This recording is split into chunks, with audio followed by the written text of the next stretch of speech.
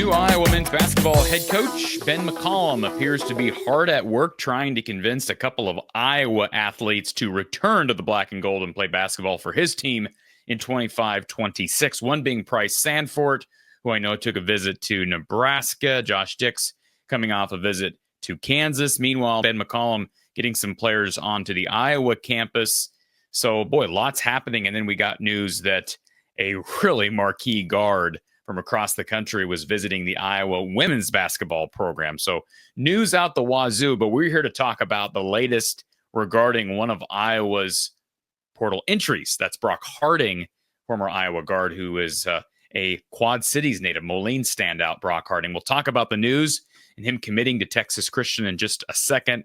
But first, a reminder, be sure you support our sponsors. They're listed in the description of this video. Iowa Floor Covering.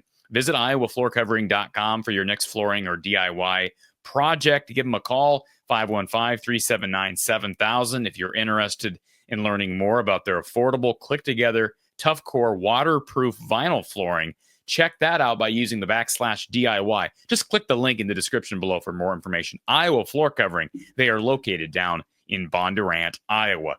So the news that broke this week, Brock Harding, former Iowa point guard, who has completed his second year with the Hawks.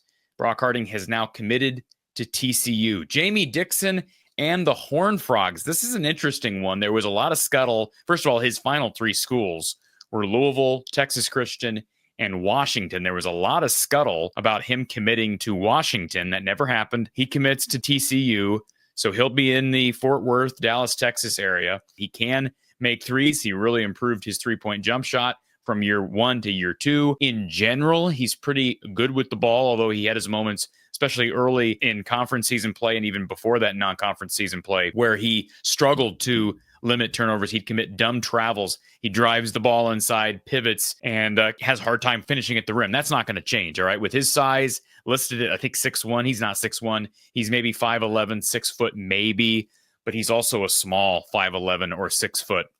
And here's the deal. Very good vision, elite vision, excellent passer. Nobody's debating that.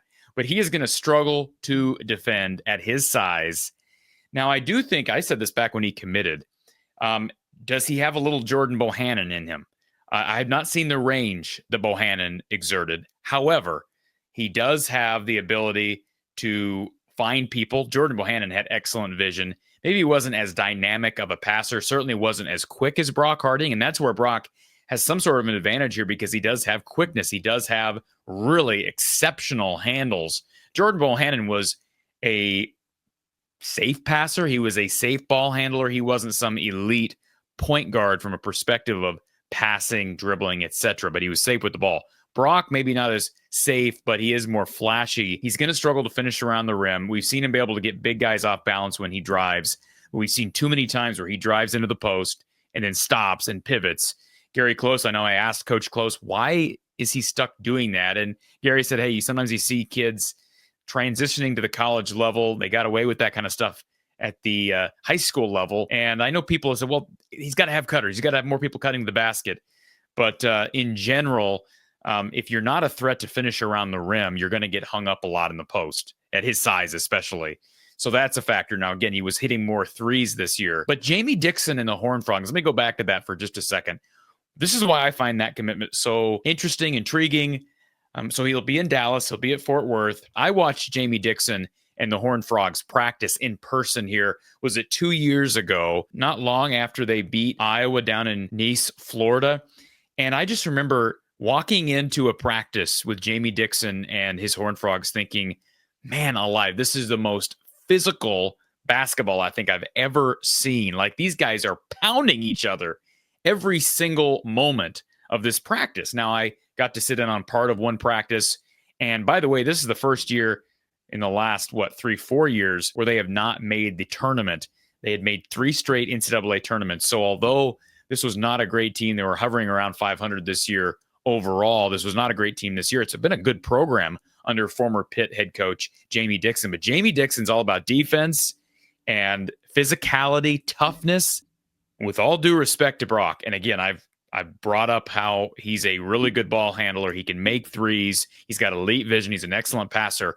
I don't know how he fits in there. I really don't. And you can go look at the Big 12 stats. The stats are out there. You can look at the stat rankings and where TCU, even in their off year this year, where they rank in certain categories. I'll just have to see it. I'll be intrigued to see how he fits into that roster because he does not scream physicality at all, with all due respect to Brock Harding. And nothing personal, just talking about how he is as a player, what I've observed. I would think he'd be better suited at a place even like Louisville or maybe even Washington, although I think Washington's been pretty physical. This is an intriguing one. You wonder if he got paid to go down there. I would think he probably got something. But I'm not surprised that Ben McCollum didn't make much of a push there. At least it doesn't sound like he did. And I know some people will say, well, he knew that Brock Harding was moving on, waste his time. And maybe there's some truth to that. But I also don't know that he fits what Ben McCollum's looking for. I could be totally off on that. But I just think it's a fascinating choice because TCU is one of the worst teams in the Big 12 offensively. They don't create. Maybe that's part of the reason. Maybe that's just Jamie Dixon's his approach to trying to fix their weaknesses. But I just think it deviates from the identity of that team a little bit. Again, that practice stands out it's burned in my brain watching those guys just hit each other. But we saw that when Iowa lost to TCU down in Florida here a couple of years ago back during one of those November tournaments. Hey, best of wishes to Brock Harding. In spite of what some people think, I've got nothing against Brock Harding. Do I love how he plays? In some regards, yes. In some regards, no. But I do wish him the best. I think it's amazing that he got another Power 4 opportunity, and he had opportunities to go to other places as well.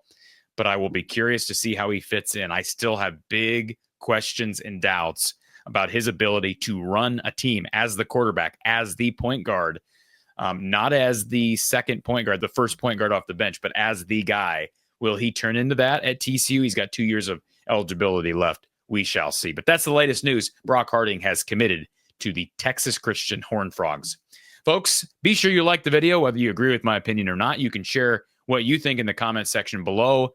And be sure you're subscribed here from the Hawkeye of the Storm. More coverage off season and as we approach spring football. We're in spring football now, but as we start to talk more about what's happening on the field of play, be sure you're locked right here from the Hawkeye of the Storm, and we'll talk to you soon.